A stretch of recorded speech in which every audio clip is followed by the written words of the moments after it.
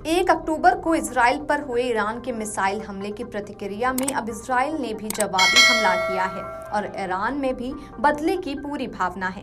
आइए जानते हैं कि हवाई रक्षा प्रणालियों में इजराइल और ईरान में किसका पलड़ा सबसे भारी है। दशकों के अंतर्राष्ट्रीय प्रतिबंधों की वजह से ईरान के पास नवीनतम उच्च तकनीक वाले सैन्य उपकरणों का अभाव है।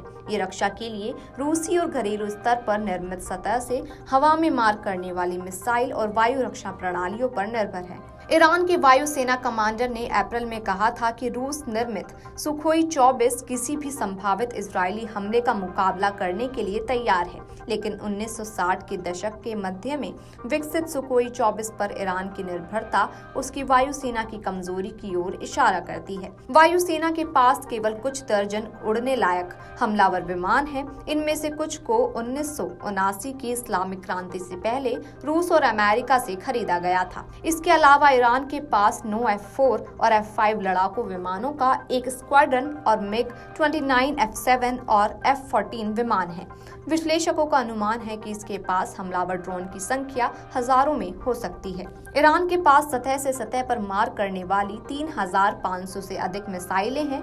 हालांकि इनमें से कुछ मिसाइलें ही इजराइल तक पहुंचने में सक्षम हैं। ईरान के पास घरेलू स्तर पर निर्मित सतह से हवा में मार करने वाली मिसाइल प्लेटफॉर्म बावर 373 साथ ही सैयद और राद रक्षा प्रणालियां भी हैं। 1991 में खाड़ी युद्ध के बाद अमेरिका की मदद से विकसित हुए बहुराष्ट्रीय हवाई रक्षा प्रणाली इजराइल को लंबी दूरी के ईरानी ड्रोन और मिसाइलों को मार गिराने में सक्षम बनाती है। इजराइल के पास सैकड़ों की संख्या में F-15, F-16 और F-35 जेट लड़ाकू विमान हैं।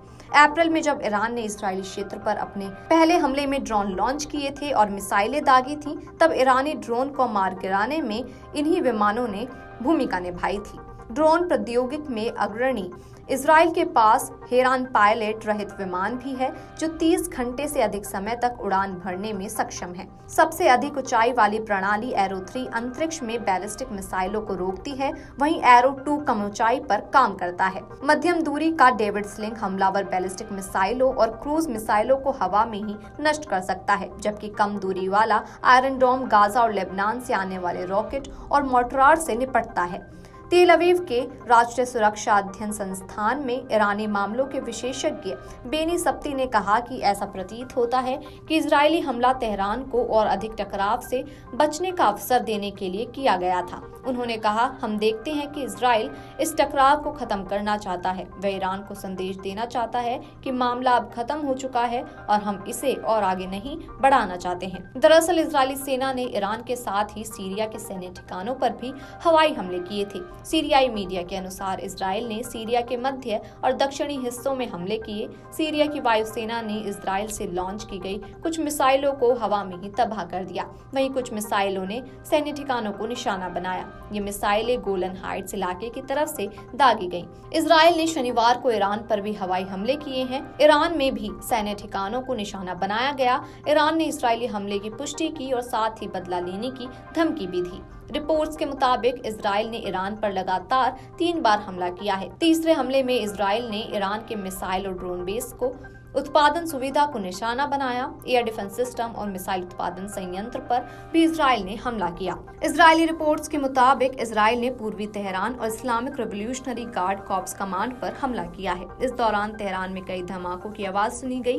पूर्वी तेहरान में 4 धमाकों की आवाज सुनाई आई। इजरायली अधिकारी ने कहा कि ईरान के परमाणु स्थलों या तेल संयंत्रों को निशाना नहीं बनाया गया। इजराइल ने कहा है कि हमने हमला उन ठिकानों पर किया जो भविष्य में हमारे लिए खतरा बन सकते हैं। Video desk amarujala.com।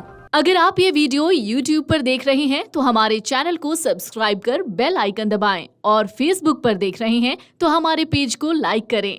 8 million plus subscriber, आपके इस भरोसे के लिए बहुत धन्यवाद।